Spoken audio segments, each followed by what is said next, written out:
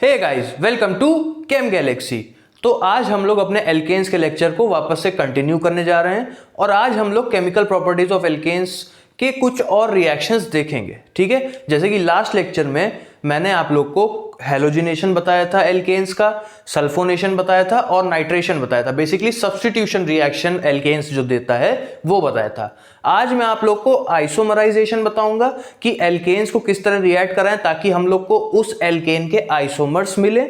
ठीक है, और दूसरी रिएक्शन में आप लोग को बताऊंगा एल्काइलेशन। ठीक है, यूजली अगर कोई एल्केन दिया है उसको ज्यादा बड़ा एल्केन या फिर ब्रांच्ड एल्केन में कन्वर्ट करना हो तो वो किस तरह करेंगे, तो उसको एल्काइलेशन कहते हैं। ठीक है, तो ये दो रिएक्शंस इस वीडियो में मैं आज कवर करने वाला हूं। ये video 11th 12th IIT JEE और BSc सब के लिए बहुत ज़्यादा इंपॉर्टेंट है, तो सब लोग ये वीडियो को ध्यान से देखिए और जो जो मैं पढ़ाता जा रहा हूं उसके नोट्स जरूर बनाते रहिए। ठीक है, तो चलिए शुरू करते हैं।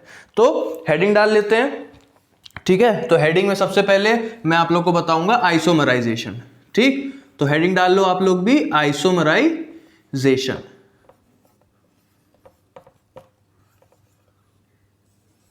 ठीक, आइसोमराइजेशन। तो अब आइसोमराइजेशन में क्या है? आइसोमराइजेशन में बेसिकली हम लोग नॉर्मल एल्केन्स लेते हैं। नॉर्मल एल्केन्स यानी स्ट्रेट चेन एल्केन्स, कोई भी ब्रांच चेन एल्केन नहीं लेते हैं, क्योंकि जो प्रोडक्ट मिलेगा वो ऑटोमेटिकली ब्रांच चेन मिलेगा, वही उसके आइसोमर्स होंगे। मैंने आप लोगों को बताया था, जैसे कि अगर बात करूं मैं एक एग्जाम्पल लेता हूं। ठीक है, आइसोमर्स रिकॉल करते हैं पहले। ठीक है, तो जैसे एक एग्जाम्पल अगर मैं लू, ये CH3 CH2 CH2 CH3। ठीक है, ये क्या है? ये है ब्यूटेन। अब इसका आइसोमर, एल्केन कौन सा टाइप का आइसोमेरिज्म शो करता है? Structural isomerism. ठीक, उसमें क्या होता है? उसमें क्या होता है देखो, इसका अगर मैं आइसोमर बनाऊं, इस बेसिकली अगर मॉलिक्यूलर फॉर्मूला सेम रखें लेकिन स्ट्रेट चेन की जगह मैं ब्रांचिंग कर दूं तो वो स्ट्रक्चरल आइसोमर्स हो जाएंगे। जैसे कि अगर मैं दिखाऊं आपको, इसका ये ब्यूटेन है, इसका स्ट्रक्चरल आइसोमेरिज्म क्या हो जाएगा? स्ट्रक्चरल आइसोमर क्या हो जाएगा? ये। तो अगर आप देखो, ये स्ट्रेट चेन थी। ठीक, यहां पे मैंने देखो ब्रांचिंग कर दी, मॉलिक्यूलर फॉर्मूला अभी भी सेम है, मॉलिक्यूलर फॉर्मूला में फर्क नहीं है। ये भी C4H10 है, ये भी C4H10 है, लेकिन फर्क क्या पड़ा? यहां पर ब्रांचिंग हो गई। ठीक, ऊपर वाले स्ट्रेट चेन है, तो ऐसे आइसोमर्स को क्या कहते हैं? स्ट्रक्चरल आइसोमर्स या फिर चेन आइसोमर्स। ऑलराइट, तो ये तो हो गया कि एल्केन्स कौन से टाइप का आइसोमर शो करता है। बेसिकली इसी टाइप का आइसोमर एल्केन शो करता है। ठीक है, एक कॉन्फॉर्मरल आइसोमेरिज्म भी होता है, वो मैं बाद में कवर करूंगा। ठीक है, तो ये तो बात हो गई आइसोमर्स की। अच्छा, अब रिएक्शन के थ्रू कैसे बनाएंगे तो वो देख लेते हैं। ठीक है, रिएक्शन के थ्रू कैसे बनेंगे? चेन आइसोमर या स्ट्रक्चरल आइसोमर तो हम लोग ने देख लिया, लेकिन रिएक्शन के थ्रू कैसे बनाएंगे? तो रिएक्शन देखो क्या होती है। रिएक्शन होती है, जैसे मान लो मैं ब्यूटेन ही ले लेता हूं एग्जाम्पल के तौर पे, तो ब्यूटेन लिया, CH2 CH3। ठीक, इसकी रिएक्शन किससे कराएंगे? इसकी रिएक्शन कराएंगे एल्युमिनियम क्लोराइड, ठीक है, और HCl के साथ। ठीक, एल्युमिनियम क्लोराइड AlCl3 और HCl, और साथ में कर देंगे हीट। ठीक है, तो प्रोडक्ट क्या मिलेगा? इसका आइसोमर प्रोडक्ट मिलेगा। इसका एक ही चेन आइसोमर हो सकता है या स्ट्रक्चरल आइसोमर सिर्फ एक हो सकता है। कौन सा हो सकता है? जो अभी बताया था मैंने आपको एग्जाम्पल में। ठीक, ये CH CH3 CH3। ठीक, ये इसका आइसोमर हो गया। ठीक, इसका नाम क्या है? इसका नाम है आइसोब्यूटेन। ठीक, अगर आप लोग ने मेरे प्रीवियस लेक्चर्स नहीं देखे हैं तो उसकी प्लेलिस्ट आपको मिल जाएगी, तो और डिस्क्रिप्शन में भी प्लेलिस्ट है, तो वो जरूर देख लीजिए। वहां मैंने आप लोग को बता रखा है कि आइसोमर्स क्या होते हैं बेसिकली और नेमिंग किस तरह करते हैं, वो सब मैंने बता रखा है। फिर भी एक छोटा सा रिकैप अगर दूं तो जो दूसरा कार्बन होता है उस पर अगर एक मिथाइल ग्रुप लगा होता है तो नेमिंग में आइसो यूज करते हैं। ठीक है, तो देखो जो ये वाला कार्बन, ये दूसरा कार्बन है, नंबरिंग ऐसे करें तो ये दूसरा कार्बन आएगा, दूसरे कार्बन पे मिथाइल ग्रुप लगा हुआ है, इसीलिए नेम के आगे आइसो लगा हुआ है। ठीक, आइसो, और टोटल कितने कार्बन है? 4 कार्बन है, 4 कार्बन का एल्केन हुआ तो ब्यूटेन। ठीक, तो ब्यूटेन से आइसोब्यूटेन बनाया गया। ठीक, ब्यूटेन से आइसोब्यूटेन बनाया गया। तो ये हो गया आपके आइसोमराइजेशन। ठीक, ब्यूटेन का हमने स्ट्रक्चरल आइसोमर बना दिया आइसोब्यूटेन। किस रिएक्शन के थ्रू? एल्युमिनियम क्लोराइड और HCl, एनहाइड्रस एल्युमिनियम क्लोराइड और HCl के साथ अगर मैं ब्यूटेन को रिएक्ट कराऊं, हीट करूं थोड़ा, तो मुझे उसका आइसोमर, स्ट्रक्चरल आइसोमर मिलता है जो कि है आइसोब्यूटेन। ठीक, एक और एग्जांपल लेते हैं। ठीक, अगर मैं एग्जांपल लूं ये CH3 CH2 होल 4 CH3, ये मैंने शॉर्ट में लिख दिया है। ठीक है, इसको रुकिए मैं थोड़ा बड़ा लिख दूं ताकि आप लोग को क्लियर दिखाई दे। ठीक है, थोड़ा बड़ा बड़ा लिख देते हैं। तो CH3 CH2 होल 4 CH3। ठीक, ये क्या लिखा है? ये मैंने शॉर्ट में लिख दिया है। ये क्या है? हेक्सेन है। टोटल कार्बन देखो ना, सारे सिंगल बॉन्डेड कार्बन हैं। ठीक है, तो टोटल कार्बन कितने हैं? 4 इधर हैं, एक इधर कार्बन, एक इधर कार्बन, 6 कार्बन है, हेक्सेन हुआ। ठीक, अगर हेक्सेन की रिएक्शन सिमिलर कंडीशंस में मैं कराऊं, ठीक, क्या? एनहाइड्रस एल्युमिनियम क्लोराइड और HCl, और मैं हीट कर दूं, ठीक, क्या मिलेगा? इसके स्ट्रक्चरल आइसोमर्स मिलेंगे। कौन कौन से? देखो, एक मिलेगा CH3 CH2 CH2, ठीक, CH3, और यहां पे लग जाएगा CH3। ठीक,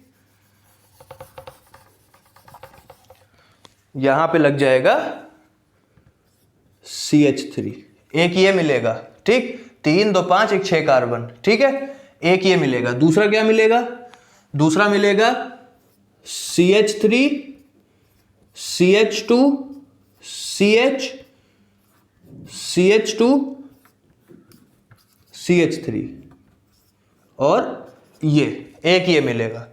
देखो, ठीक है, ये भी 6 कार्बन का है, ये भी 6 कार्बन का है। फर्क क्या किया? एक ये ब्रांचिंग लगाई, एक ये ब्रांचिंग लगाई। एक और पॉसिबल है, मतलब और भी स्ट्रक्चरल आइसोमर्स इसके पॉसिबल हैं, लेकिन वो नहीं बनेंगे। ठीक है, ये बनेंगे। वो क्यों नहीं बनेंगे? अभी मैकेनिज्म जब करेंगे तब आप लोग को समझ में आ जाएगा। ठीक है, ये इसके आइसोमर्स बनेंगे। सिंगल ब्रांचिंग ही यूजुअली इस रिएक्शन में होती है। ठीक है, तो ये आपके आइसोमर्स मिल जाएंगे। ठीक, चलो इतना नोट करो, इसके आगे देखते हैं फिर। ठीक है, इतना नोट करो, फिर इसकी मैकेनिज्म देखते हैं।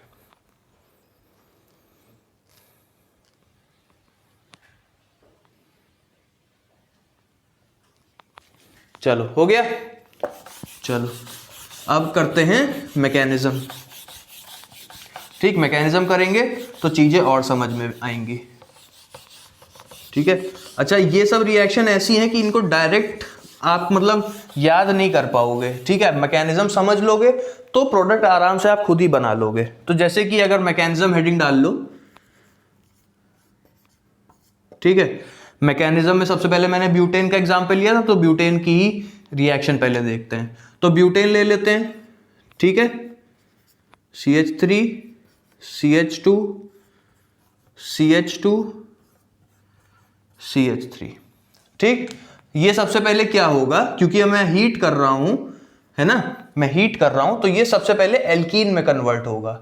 ठीक है, तो ये सबसे पहले कन्वर्ट हो जाएगा एक एल्कीन में। एल्कीन कौन सी? ये वाली। ठीक, अब आप पूछोगे कि सर ये भी तो एल्कीन हो सकती थी। CH3 CH2 CH double bond CH2, ये भी तो एल्कीन हो सकती थी। ये भी हो सकती है, ये भी थोड़ी मात्रा में मिलेगी। ठीक है, लेकिन ये एल्कीन इसकी तुलना में काफी कम स्टेबल है। कैसे पता करते हैं एल्कीन ज्यादा स्टेबल कौन सी है? तो जितने ज्यादा नंबर ऑफ अल्फा हाइड्रोजन होंगे किसी एल्कीन में, उतनी ज्यादा वो स्टेबल होगी, क्योंकि उसके उतने ज्यादा हाइपर कॉन्जुगेटिव स्ट्रक्चर्स बन सकते हैं। जैसे कि अगर मैं इस मॉलिक्यूल की बात करूं, ठीक है, इस मॉलिक्यूल की बात करूं, तो देखो इस मॉलिक्यूल में सारे कार्बन हाइड्रोजन है और एक सिंगल बॉन्ड है, 2 सिंगल बॉन्ड और एक डबल बॉन्ड है। ठीक है, कोई भी फंक्शनल ग्रुप नहीं लगा हुआ है, लेकिन एक डबल बॉन्ड लगा हुआ है। तो इस मॉलिक्यूल के लिए ये डबल बॉन्ड फंक्शनल ग्रुप का काम करेगा। फंक्शनल ग्रुप क्या करता है? फंक्शनल ग्रुप किसी कंपाउंड को उसकी पहचान देता है, यही तो मतलब होता है उसका।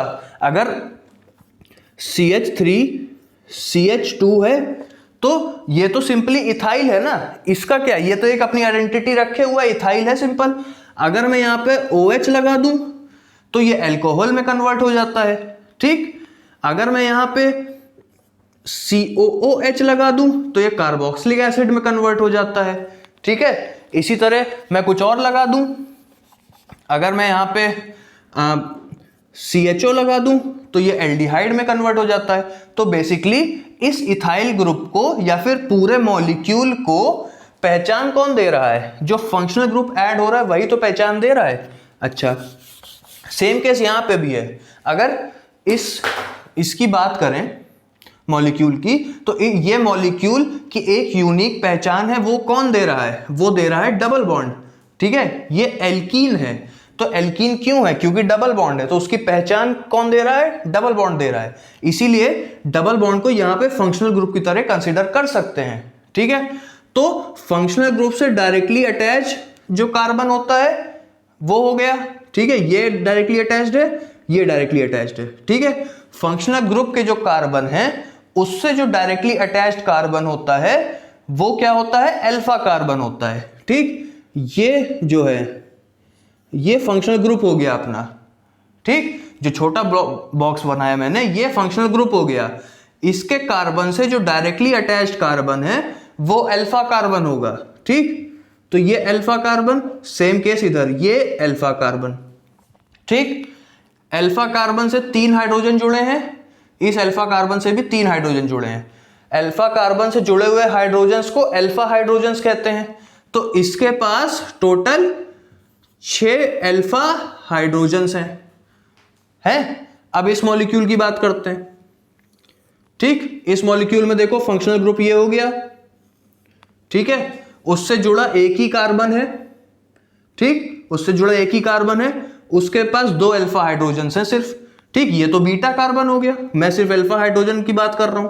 तो इसके पास कितने? 2 अल्फा हाइड्रोजन्स हैं। ज्यादा अल्फा हाइड्रोजन किसके पास? ऊपर वाले के पास, राइट। 6 अल्फा हाइड्रोजन यानी 6 hyper conjugative structures. 2 alpha hydrogen यानी 2 hyper conjugative structures. Hyper conjugative structures और कुछ नहीं, एक तरीके से आप समझ लो रेजोनेंस, ठीक है। हाइपर कॉन्जुगेशन को नो बॉन्ड रेजोनेंस ही कहा जाता है, तो आप रेजोनेंस से कंपेयर कर सकते हो उसको। तो इसके रेजोनेटिंग स्ट्रक्चर्स बहुत ज्यादा बनेंगे इसके कंपेयर में, 4 स्ट्रक्चर ज्यादा बन रहे हैं इसकी तुलना में। तो ये इसकी तुलना में बहुत ज्यादा स्टेबल हो गया, ठीक। तो इसीलिए मेजर क्वांटिटी में ये बनेगा, ठीक है। तो ये तो चलो इतनी बात हो गई, ठीक। ये सारे पॉइंट्स आप लोग दिमाग में हमेशा रखिए, ठीक है। ये हर जगह ऑर्गेनिक केमिस्ट्री में काम आएंगे, समझ रहे हो। चलो, तो ये एल्कीन बन गया हम लोग का, सबसे पहले ये बनता है, ठीक है। और हम लोग ने क्या लिया था? AlCl3 और HCl, ठीक। तो AlCl3 और HCl, ठीक। इसकी जब रिएक्शन होती है तो ये हम लोग को H प्लस देता है प्लस AlCl4 माइनस देता है। ऐसा क्यों होता है? जो AlCl3 है वो लुईस एसिड है, जो AlCl3 है वो लुईस एसिड है। लुईस एसिड होने का मतलब ये लोन पेयर एक्सेप्ट कर सकता है, ठीक है। ये लोन पेयर एक्सेप्ट कर सकता है। तो होता क्या है? होता ये है, इसको थोड़ा अगर उल्टा करके लिखें, ठीक है, अगर ऐसे लिख दूं मैं, ठीक, तो होता क्या है? ये लोन पेयर एक्सेप्ट कर सकता है। क्लोरीन के पास लोन पेयर हैं, क्लोरीन के पास लोन पेयर हैं, ठीक। ये क्या करेगा? ये लोन पेयर इसको देगा, ठीक, क्योंकि ये लुईस एसिड ही एक्सेप्ट कर सकता है। क्लोरीन लोन पेयर दे रहा है तो इस पे पॉजिटिव चार्ज आ जाएगा। क्लोरीन इलेक्ट्रॉन दे रहा है तो पॉजिटिव चार्ज आएगा। क्लोरीन इलेक्ट्रोनेगेटिव एलिमेंट है, उस पे पॉजिटिव चार्ज स्टेबल नहीं होगा, तो क्या होगा? तो पॉजिटिव चार्ज क्योंकि स्टेबल नहीं होगा तो वो ये बॉन्ड अपनी तरफ तोड़ लेगा इस पॉजिटिव चार्ज को हटाने के लिए, ठीक। तो ये बॉन्ड अपनी तरफ तोड़ लेगा, ठीक। तो ये प्लस चार्ज तो हट जाएगा और इस पे प्लस चार्ज आ जाएगा। तो यही H प्लस हमको यहां मिल रहा है, ठीक है। और ये बॉन्ड तो इधर टूट गया, अच्छा, और ये क्लोरीन कहाँ, ये क्लोरीन इससे आके जुड़ जाता है, ठीक है, ये क्लोरीन इससे आके जुड़ जाएगा AlCl3 के साथ, अच्छा। और दूसरी बात, एल्युमिनियम ने इलेक्ट्रॉन लिए हैं, एल्युमिनियम ने इलेक्ट्रॉन लिए हैं, तो जो एल्युमिनियम है उस पर नेगेटिव चार्ज आएगा। जो AlCl4 माइनस हम लोग लिख रहे हैं, तो जो ये माइनस चार्ज है ये एल्युमिनियम का चार्ज है, ठीक है, क्लोरीन का चार्ज नहीं है। ये जो माइनस चार्ज है ये एल्युमिनियम पे चार्ज है, ठीक है। तो इस तरह AlCl4 माइनस बनता है, ठीक। इतनी बात समझ में आई। अब क्या होगा, अब देखो क्या होगा, जो ये एल्कीन बना था ये आएगा, ठीक, जो एल्कीन बना था ये आएगा, ठीक, और ये H+ आएगा, ठीक, H+ आएगा। अब क्या होगा, अगर मैं आपको इसको वैसे दिखाऊं, मतलब देसी तरीके से समझाने के पॉइंट ऑफ व्यू से, ठीक है, तो वो उस तरीके से क्या होगा कि देखो ये बीच में बॉन्ड है, डबल बॉन्ड, ठीक है, बीच में किसी भी तरफ तोड़ सकते हैं, ठीक है। मान लो इधर तोड़ा, ठीक, मान लो इधर तोड़ा, ठीक है, तो क्या होगा, अगर मैंने बॉन्ड इधर तोड़ा, बॉन्ड मैंने ऐसे तोड़ा, ठीक है, तो क्या होगा, कुछ ये बनेगा CH3 CH+, CH- और CH3, ठीक, कुछ ये बन जाएगा, बॉन्ड इधर टूटा तो इस कार्बन पे नेगेटिव चार्ज आ जाएगा, इस कार्बन पे पॉजिटिव चार्ज आ जाएगा। इतना क्लियर हो रहा है। ये माइनस चार्ज और इसके पास प्लस चार्ज है, ये आपस में बॉन्ड बना लेंगे, ठीक है, ये प्लस चार्ज इस माइनस के साथ कंबाइन हो जाएगा और ये हाइड्रोजन इस कार्बन से जुड़ जाएगा, ठीक। तो अपने को क्या दे देगा, अपने को दे देगा ये CH3 CH+ CH2 CH3, ये दे देगा। लेकिन ये तरीका सही नहीं है रिप्रेजेंट करने का। जो असल तरीका होता है रिप्रेजेंट करने का वो ये होता है, जो असली तरीका होता है रिप्रेजेंट करने का वो ये होता है, ठीक है। वो अंडरस्टूड है कि ये बॉन्ड ऐसे टूटेगा फिर प्लस माइनस आपस में कंबाइन हो रहे हैं, ये अंडरस्टूड है, लेकिन ऐसे दिखाया नहीं जाता है। दिखाने का तरीका ये होता है, ठीक है। तो ये आपका बन गया, ठीक, इतना नोट करो, फिर ऊपर का रब करना पड़ेगा, फिर आगे समझाता हूं, ठीक है। ये आपका एक कार्बोकैटायन बन गया, इतना नोट करो। चलो इतना नोट हो गया, ऊपर का मैं रब करता हूं, ठीक, ऊपर समझाते हैं फिर।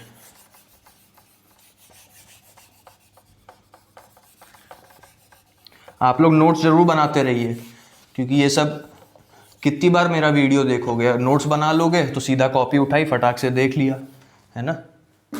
चलो, तो ये कार्बोकैटायन बना। अब ये देखो कार्बोकैटायन क्या करता है। देखो सीधी सी बात आपको एक बताता हूं मैं, एक मिनट ये लिख लूं, CH+ CH2 CH3, ठीक। ये कार्बोकैटायन अगर देखा जाए तो सेकेंडरी कार्बोकैटायन है, ये कार्बोकैटायन सेकेंडरी कार्बोकैटायन है। ये चीज कहीं पर नोट कर लो कि अगर ना पता हो आप लोग को कि टर्शरी कार्बोकैटायन सबसे ज्यादा स्टेबल होता है, फिर सेकेंडरी कार्बोकैटायन होता है और फिर आता है प्राइमरी कार्बोकैटायन, ठीक है। और जब भी कार्बोकैटायन बनता है, जब कभी भी किसी रिएक्शन में कार्बोकैटायन बनता है और वहां पे चांसेस हैं कि वो कार्बोकैटायन, मान लो किसी रिएक्शन में कार्बोकैटायन बना प्राइमरी, ठीक, और वहां पे चांसेस हैं कि वो कन्वर्ट हो सकता है सेकेंडरी में या टर्शरी में, तो वो रीअरेंजमेंट करके सेकेंडरी या फिर टर्शरी में कन्वर्ट हो जाता है। जैसे कि यहां पे सेकेंडरी कार्बोकैटायन है, लेकिन यहां पे रीअरेंजमेंट करने से ये टर्शरी कार्बोकैटायन में कन्वर्ट हो जाएगा, ठीक। तो ये रीअरेंजमेंट करके टर्शरी कार्बोकैटायन में कन्वर्ट हो जाता है। कैसे होता है, अब देखो कैसे होता है। तो सबसे पहले ये करता है 1,2 मिथाइल शिफ्ट, ठीक है।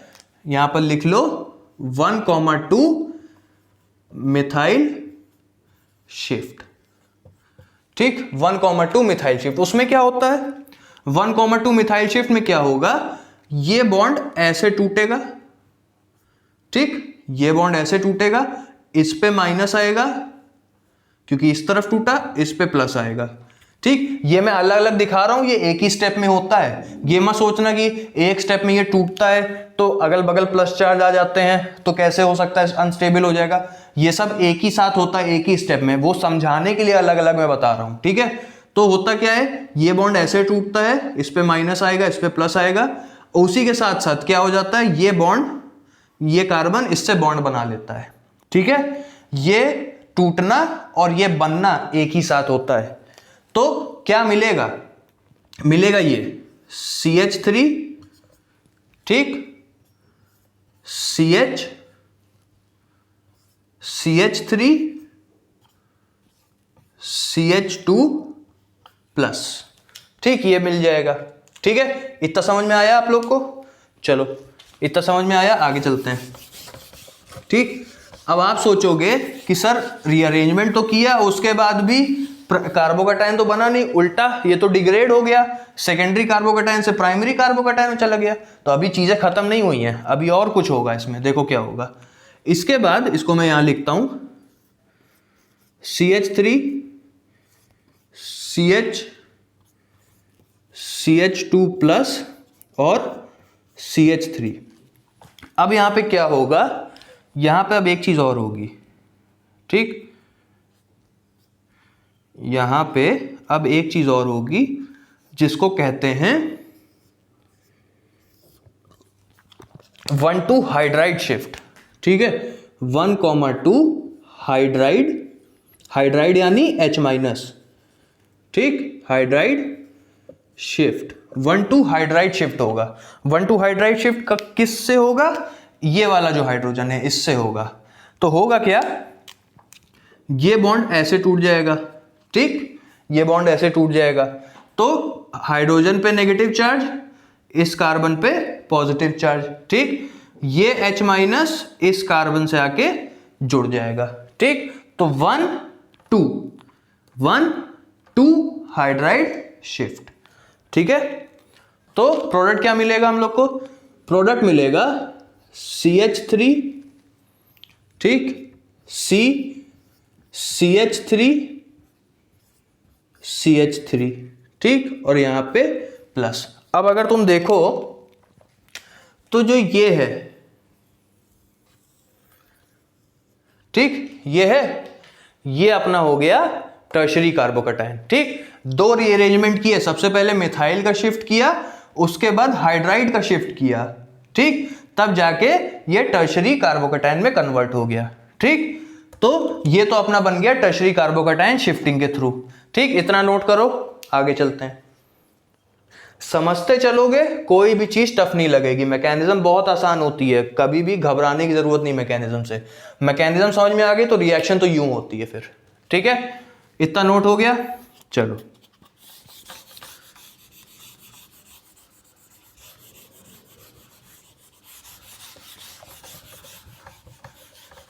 ठीक। तो टर्शरी कार्बोकैटायन तो बन गया अपना, ठीक है, टर्शरी कार्बोकैटायन बन गया। तो क्या बना, CH3 C प्लस CH3 और यहां CH3, ये बना। ये मॉलिक्यूल क्या करता है, मैं ब्यूटेन की रिएक्शन करा रहा था ना, ठीक है, तो ये मॉलिक्यूल ब्यूटेन के पास जाता है,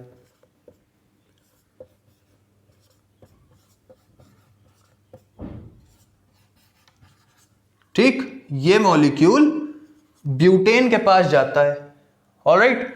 और क्या करता है, अगर मैं इन हाइड्रोजन्स को ऐसे लिखूं, ये हाइड्रोजन और ये हाइड्रोजन, ठीक, ये मॉलिक्यूल टर्शरी ब्यूटाइल कार्बोकैटायन जो दूसरा मॉलिक्यूल है ब्यूटेन उसके पास जाता है और क्या करता है, इसका हाइड्राइड ले लेता है, ठीक, ये बॉन्ड ऐसे टूट जाता है, ठीक, ये बॉन्ड ऐसे टूट जाता है, तो इस पे माइनस, इस पे प्लस, और ये इससे आके जुड़ जाता है, ठीक है। तो अपने को प्रोडक्ट क्या मिला, अगर देखा जाए तो हम लोग को प्रोडक्ट क्या मिलेगा, हम लोग को प्रोडक्ट मिलेगा CH3 CH CH3 और CH3।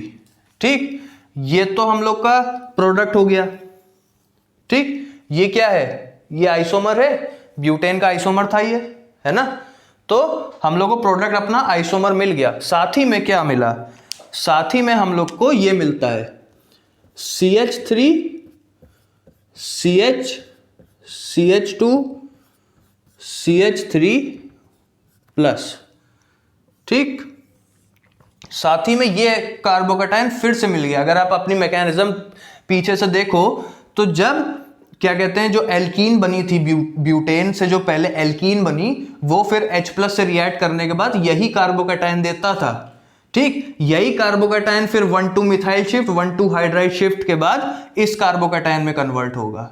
राइट, तो क्या हुआ, हम लोग को एक तो अपना आइसोमर मिल गया, ठीक, जो चाहिए था, और ये वाला कार्बोकैटायन फिर मिल गया।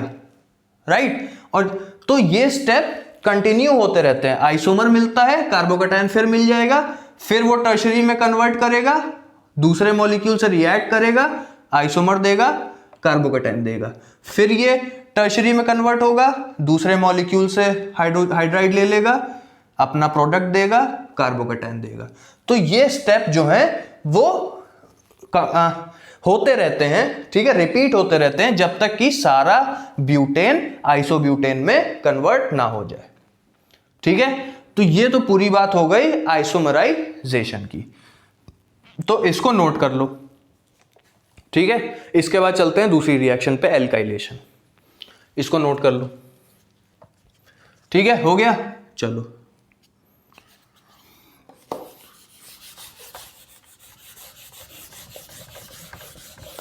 आई होप आप लोग को जो मैंने बताया वो समझ में आया। ठीक है, तो ये तो बात हो गई आइसोमराइजेशन की। ठीक है, अब बात कर लेते हैं एल्काइलेशन की। ठीक, तो हेडिंग डाल लो एल्काइलेशन।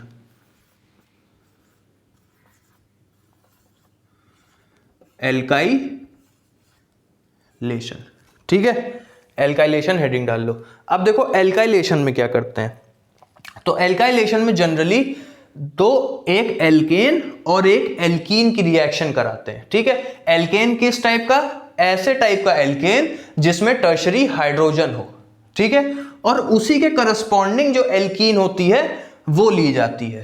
ठीक, उसकी रिएक्शन कंसंट्रेटेड सल्फ्यूरिक एसिड के साथ कराते हैं। जैसे कि अगर मैं आपको एग्जांपल दूं, एग्जांपल के तौर पे CH3 C CH3 CH3 और H। ठीक, ये अपना है। ठीक है, आइसोब्यूटेन है ये। ठीक, आइसोब्यूटेन है।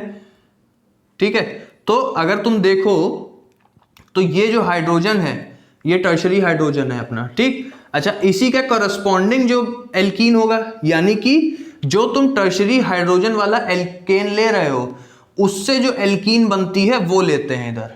ठीक है, इसके अगर मैं डिहाइड्रोजिनेशन कराऊं या फिर डिहाइड्रोजिनेशन करा के क्या कहते हैं एल्कीन में कन्वर्ट करूं, तो इसकी क्या एल्कीन बनेगी, इसकी एल्कीन ये बनेगी, इसकी एल्कीन बनेगी CH2 double bond C CH3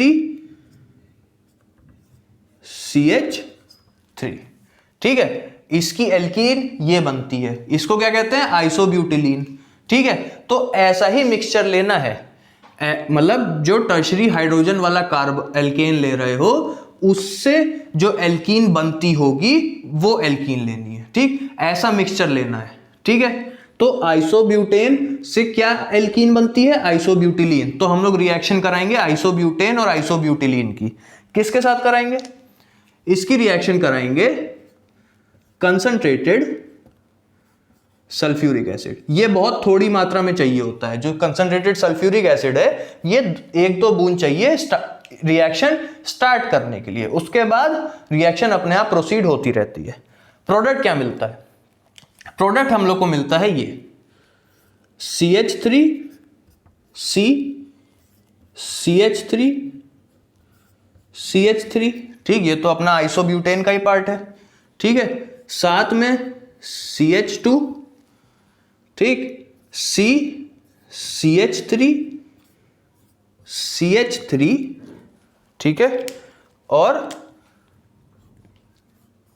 hydrogen, ठीक, ये अपना प्रोडक्ट होता है। अब आप सोच रहे हो ये प्रोडक्ट कैसे बनाएंगे, ठीक है। एक तो मैं मैकेनिज्म बताऊंगा, अगर मैकेनिज्म याद रहती है, ठीक, तो उसके थ्रू बना लो, ठीक। लेकिन मल्टीपल चॉइस क्वेश्चंस में टाइम इतना नहीं होता है कि पूरी मैकेनिज्म मैं करूं, तो वन स्टेप मैकेनिज्म क्या है इसकी, या फिर वन स्टेप में अगर रिएक्शन जानना चाहते हैं तो कैसे, कि ये मैंने रिएक्ट किया, प्रोडक्ट क्या मिलेगा वन स्टेप में, ठीक। तो देखो क्या बनेगा।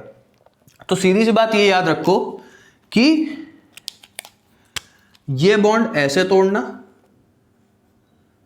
ठीक। ऐसे क्यों तोड़ोगे, क्योंकि देखो अगर बॉन्ड में ऐसे तोड़ूंगा तो इस कार्बन पे नेगेटिव आएगा, इस कार्बन पे पॉजिटिव आएगा, ठीक है। पॉजिटिव पे कंसंट्रेट करो। पॉजिटिव अगर तुम चेक करो तो टर्शरी कार्बोकैटायन टाइप का दिख रहा है, ये पॉजिटिव वाला चार्ज इस कार्बन पे है, तो ये कार्बन टर्शरी कार्बोकैटायन वाला नहीं दिख रहा है। और ये तुमको पता है टर्शरी कार्बोकैटायन सबसे ज्यादा स्टेबल होता है, तो बॉन्ड हमेशा ऐसे ही टूटेगा इसी पर्पज से, क्योंकि प्लस चार्ज इस पोजीशन में सबसे ज्यादा स्टेबल है, माइनस चार्ज प्राइमरी है तो इसलिए वो सबसे ज्यादा स्टेबल है। कार्बन आयन प्राइमरी सबसे ज्यादा स्टेबल होता है, टर्शरी सबसे कम स्टेबल होता है। कार्बोकैटायन टर्शरी सबसे ज्यादा स्टेबल होता है, प्राइमरी सबसे कम स्टेबल होता है, ठीक। तो इन्हीं रीजंस के चलते बॉन्ड इस तरह टूटेगा। जो तुम्हारा एल्केन होगा उसका जो टर्शरी हाइड्रोजन है वो तुमको हाइड्राइड के फॉर्म में निकाल देना है। जो हमारा ये एल्केन है इसका जो टर्शरी हाइड्रोजन है वो हमको किस तरह निकालना है, हाइड्राइड के फॉर्म में। हाइड्राइड के फॉर्म में मतलब H- के फॉर्म में निकालना है, ठीक। तो बॉन्ड ऐसे तोड़ेंगे, इस पे माइनस, इस पे प्लस, ठीक, इस पे माइनस, इस पे प्लस। इतना हो गया। अब देखो इतना हो गया ना। अब देखो अब करना क्या है, कुछ नहीं करना है, जो जो प्लस माइनस हैं उनको जोड़ देना है। जैसे कि अगर मैं बताऊं प्लस माइनस जो हैं उनको जोड़ देना है। जैसे देखो इस कार्बन पे प्लस है, इस कार्बन पे प्लस है, इस कार्बन पे माइनस है, ये आपस में जुड़ेंगे, यानी कि CH3 CH3 CH3, ये तो इतना ही पोर्शन हुआ, ठीक। ये तुमने हाइड्राइड निकाल दिया तो इसको भूल जाओ, ये इतना हुआ, ठीक, वही लिखा हुआ है। यहां इस कार्बन पे प्लस था, इस कार्बन पे माइनस है, आपस में जोड़ो, तो जोड़ोगे तो क्या मिलेगा, CH2 डबल बॉन्ड, नहीं डबल बॉन्ड नहीं, CH2 क्योंकि एक बॉन्ड तो तोड़ दिया ना हम लोग ने, सिंगल बॉन्ड, कार्बन CH3 और CH3, ठीक है, इतना मिला। अच्छा इस कार्बन पे प्लस चार्ज है, ठीक, और ये H जो हाइड्राइड निकाला था उस पे माइनस चार्ज है, ये दोनों आपस में कंबाइन हो जाएंगे और यहां पे हाइड्रोजन दे देंगे, ठीक। तो सिंपली क्या करना है, जो एल्केन है उसका टर्शरी हाइड्रोजन हाइड्राइड के फॉर्म में निकालना है, यानी H- के फॉर्म में निकालना है। एल्कीन को इस तरह तोड़ना है कि जो प्लस चार्ज है वो सबसे ज्यादा स्टेबल कंडीशन में हो। मैंने ऐसे तोड़ा तो प्लस चार्ज टर्शरी कार्बोकैटायन वाली स्टेट में है, ठीक है, तो वो सबसे ज्यादा स्टेबल होगा। ऐसे तोड़ना है बस, और प्लस माइनस अगल बगल वाले मॉलिक्यूल्स के कंबाइन कर देने हैं। ये वाला प्लस इसके साथ कंबाइन हो गया, इस कार्बन के साथ, ये वाला माइनस इस वाले प्लस के साथ कंबाइन हो गया, हमको हमारा प्रोडक्ट मिल गया, ठीक है। इतनी बात आई होप आप लोग को क्लियर हो गई, ठीक है। तो इतना तो हो गया, तो ये तो हो गई वन स्टेप। अगर मैकेनिज्म जाननी है तो अब इतना नोट कर लो, इसके बाद मैं मैकेनिज्म बताता हूं आप लोग को, ठीक है। नोट हो गया, चलो मैकेनिज्म भी जान लो। ऑर्गेनिक केमिस्ट्री बिना मैकेनिज्म के कुछ है ही नहीं, है ना, तो मैकेनिज्म भी जान लो। डस्टर भी खराब हो गया मेरा। चलो मैकेनिज्म देखो, ठीक। मैकेनिज्म में क्या होता है, तो सबसे पहले मैंने क्या लिया था, आइसोब्यूटेन लिया था और आइसोब्यूटिलीन लिया था, ठीक है। तो यहाँ पे सबसे पहले आइसोब्यूटिलीन लिख लेते हैं, कार्बन,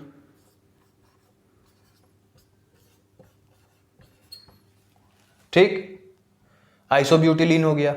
अच्छा, ये क्या करेगा, ये रिएक्ट करेगा H+ के साथ।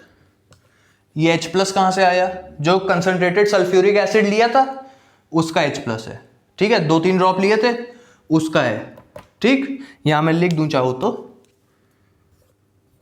फ्रॉम H2SO4, ठीक है, वहां से लिया। तो अब होगा क्या, रुको यार, इसको यहां ना बना के इधर बनाते हैं, है ना, तो मैकेनिज्म करते आसान बनेगी। CH3 यहां पे डबल बॉन्ड, ये, ठीक है, आइसोब्यूटिलीन H+ आया सल्फ्यूरिक एसिड से। अब क्या होगा, अब होगा ये, क्या होगा, ये इंडिकेशन आपको समझ में आया, आई होप। आपको पता है ये बॉन्ड कैसे टूटता है, अगर मैं बताऊं तो बॉन्ड ऐसे टूटता है, पता है ना आपको, क्योंकि यहां माइनस, इस पे प्लस, कार्बन पे, इस वाले कार्बन पे प्लस, टर्शरी कार्बन है सबसे ज्यादा स्टेबल कंडीशन, और इस पे माइनस, ठीक, ये माइनस और ये प्लस आपस में कंबाइन हो जाएंगे, ठीक है। तो लेकिन ये सही तरीका नहीं होता दिखाने का, ये सिर्फ समझने के लिए है, तो इसको रब कर देते हैं,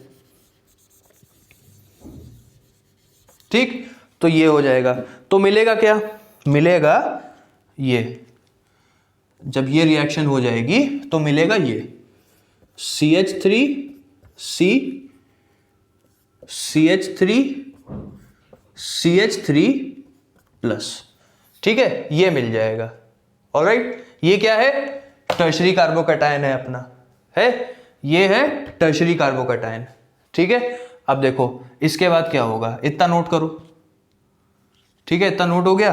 अब इसके आगे बताता हूं आपको, टर्शरी कार्बोकैटायन अपना बन रहा है, अब इसके आगे देखो क्या होता है, ठीक। तो अपना टर्शरी कार्बोकैटायन ये रहा,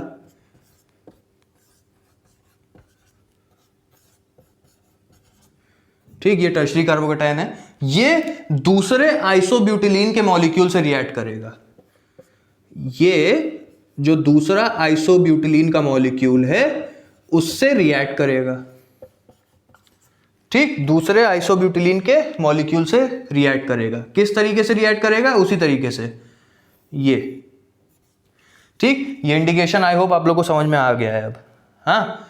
तो प्रोडक्ट क्या मिला, प्रोडक्ट क्या मिलेगा, प्लस माइनस ही तो जोड़ना है, तो जोड़ दो, तो CH3C, CH3, ठीक, और ये CH2 इससे जुड़ा तो CH2, ठीक, यहां सिंगल बॉन्ड हो गया क्योंकि ये बॉन्ड ऐसे टूटा, तो इस कार्बन पे प्लस चार्ज आएगा, राइट, तो कार्बन, यहां CH3 और ये प्लस, ठीक, ये आपका प्रोडक्ट मिलेगा, ठीक। ये भी एक टर्शरी कार्बोकैटायन है, ये मिला, ठीक है, इतना नोट करो, हो गया। चलो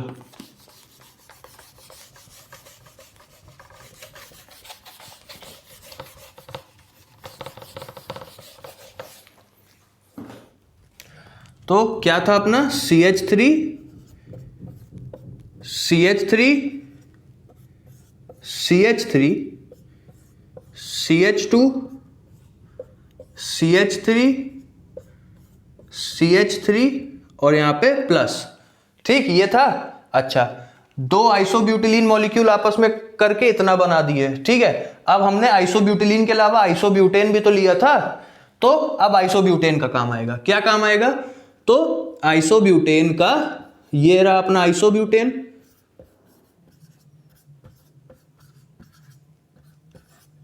ठीक, ये रहा अपना आइसोब्यूटेन। ये क्या करेगा, ये कार्बन जो है, जो C+ है, कार्बोकैटायन है जो ये इससे हाइड्राइड ले लेगा, ठीक है, ये इससे हाइड्राइड ले लेगा, यानी कि ये हो जाएगा, ठीक, या फिर ऐसे नहीं, ये, ठीक, ये इससे हाइड्राइड ले लेगा, ठीक। तो जब हाइड्राइड ले लेगा तो क्या होगा, मतलब कहने का ये है कि ये बॉन्ड ऐसे टूट जाएगा, है ना, H माइनस, और इस पे प्लस, और ये इधर जुड़ जाएगा आके। तो हम लोग को एंड प्रोडक्ट क्या मिला, ये H इधर आके जुड़ जाएगा, हाइड्राइड के फॉर्म में H माइनस में टूटा, H माइनस प्लस के साथ कंबाइन हो गया। ठीक, तो जो एंड प्रोडक्ट है वो क्या मिल जाएगा, एंड प्रोडक्ट जो मिलेगा हम लोग को वो ये मिलेगा। ठीक, क्या, यहां लग जाएगा हाइड्रोजन प्लस क्या बनेगा ये। ठीक, तो एक प्रोडक्ट हम लोग को मिला ये, ठीक, और एक प्रोडक्ट मिला हम लोग को ये। ठीक, ये दोनों हम लोग को प्रोडक्ट मिल गए। ये अपना मेन प्रोडक्ट है, ठीक, जो एल्काइलेशन से बन रहा था। ठीक, और ये बन गया टर्शरी कार्बोकैटायन फिर से। ठीक, ये टर्शरी कार्बोकैटायन फिर से क्या करेगा, आइसोब्यूटिलीन के साथ रिएक्ट करेगा, और ठीक है, यही तो मैंने मैकेनिज्म में लिखवाया था। क्या, रुको अगर मैं दिखाऊं, इतना नोट हो गया, चलो फटाफट देखो, है ना, मैंने अभी मैकेनिज्म में आप लोगों को क्या दिखाया था कि जो ये टर्शरी कार्बोकैटायन है ये क्या करता है, ये आइसोब्यूटिलीन के साथ रिएक्ट करता है ना। ये टर्शरी, पिछले आपने जो नोट्स बनाया उसमें पीछे देखो, टर्शरी कार्बोकैटायन आइसोब्यूटिलीन के साथ कुछ इस तरीके से रिएक्ट करता है, ये आपस में कंबाइन हो जाएंगे, कंबाइन होकर क्या दे देंगे, CH3 C CH3 CH3 CH2 C CH3 CH3 और यहां पे प्लस। ठीक, ये प्लस फिर बन जाएगा, ये फिर से आइसोब्यूटेन के साथ रिएक्ट करेगा ये वाला। ठीक, ये फिर से आइसोब्यूटेन के साथ रिएक्ट करेगा, हाइड्राइड ले लेगा फिर से। ठीक, तो हाइड्राइड फिर से ले लेगा, यहां फिर हाइड्रोजन लग जाएगा, और फिर से क्या बन जाएगा, फिर से ये बन जाएगा, फिर से ये दो प्रोडक्ट मिल जाएंगे, है ना, फिर से ये दो प्रोडक्ट मिल जाएंगे, अपना प्रोडक्ट और टर्शरी ब्यूटाइल कार्बोकैटायन। तो इसका क्या मतलब हुआ, लास्ट के जो दो स्टेप्स हैं, ठीक है, वो आपस में कंटिन्यू होते रहते हैं। अच्छा, इसी से ये चीज प्रूव होती है जो मैंने आप लोगों को सबसे स्टार्टिंग में इस रिएक्शन में बताया था कि जो आप एल्केन लेते हो, टर्शरी एल्केन जो ले रहे हो, ठीक, टर्शरी एल्केन जो ले रहे हो उसी के करस्पॉन्डिंग या फिर उसी की एल्कीन लेनी है। उसका रीजन क्या था, उसका रीजन यही था, उसी की करस्पॉन्डिंग एल्कीन लेने से क्या फायदा हुआ, उसी की करस्पॉन्डिंग एल्कीन लेने से फायदा यहां पे हुआ क्योंकि ये सबसे पहले टर्शरी कार्बोकैटायन में कन्वर्ट होता है। ठीक, ये दूसरे आइसोब्यूटिलीन से कंबाइन होके ये बनाता है, यहाँ पे प्लस लग जाएगा, है ना, ये बनाता है। ठीक, ये फिर इसके साथ कंबाइन करके हाइड्रोजन निकाल लेता है और टर्शरी ब्यूटाइल कार्बोकैटायन बनाता है। तो बेसिकली क्या पता चला कि सब एल्कीन रिएक्ट कर रही है ना, रिएक्शन में, एल्काइलेशन में एल्कीन रिएक्ट कर रही है। एल्कीन क्या, जो कार्बोकैटायन बनाए, ठीक, एल्केन भी वही कार्बोकैटायन बनाना चाहिए। एल्कीन को जब मैं एसिड के साथ रिएक्ट कर रहा हूं तो जो कार्बोकैटायन बने वही कार्बोकैटायन इधर भी बनना चाहिए, तभी लास्ट टू स्टेप्स कंटिन्यू होंगे ना। ये जब H+ के साथ कंबाइन करता है, ये जब H+ के साथ रिएक्ट करता है एसिड के साथ, तो हम लोग को टर्शरी कार्बोकैटायन बनता है, राइट। ठीक, अच्छा, ये जो है आइसोब्यूटेन, इससे भी जब हाइड्राइड निकलता है तो टर्शरी कार्बोकैटायन बनना चाहिए, है ना, टर्शरी कार्बोकैटायन बनेगा, तभी ये आगे आइसोब्यूटिलीन से रिएक्ट कर पाएगा। ठीक, इसीलिए मैंने कहा आपसे कि जो हम लोग को एल्कीन लेनी है वो उसी क्या कहते हैं टर्शरी हाइड्रोजन वाले एल्केन की लेनी है। ठीक है, टर्शरी हाइड्रोजन वाला एल्केन अपना आइसोब्यूटेन है, तो हमको उसी की एल्कीन लेनी है, आइसोब्यूटिलीन, तभी जो लास्ट के टू स्टेप्स हैं वो कंटिन्यू हो पाएंगे, नहीं तो प्रोडक्ट वेरी कर जाएगा, मिक्सचर ऑफ प्रोडक्ट्स मिल जाएंगे। ठीक है, दूसरी रिएक्शन शुरू हो जाएगी। ठीक, आई होप इतनी बातें आप लोग को समझ में आई। तो आज के लिए हम लोग इतना ही रखते हैं। ऑलराइट, आई होप आप लोग को चीजें समझ में आई होंगी। ठीक, और आप लोग को कोई भी क्वेरीज हो तो आप लोग मुझे कमेंट कर सकते हैं, या फिर फेसबुक पे मेरा ग्रुप है डीप ऑर्गेनिक केमिस्ट्री, जिसका लिंक मेरे डिस्क्रिप्शन में दिया हुआ है, आप लोग वो ज्वाइन करके वहां भी मुझसे क्वेश्चंस पूछ सकते हैं। ऑलराइट, तो अब मिलते हैं अगले वीडियो में, तब तक के लिए शुक्रिया।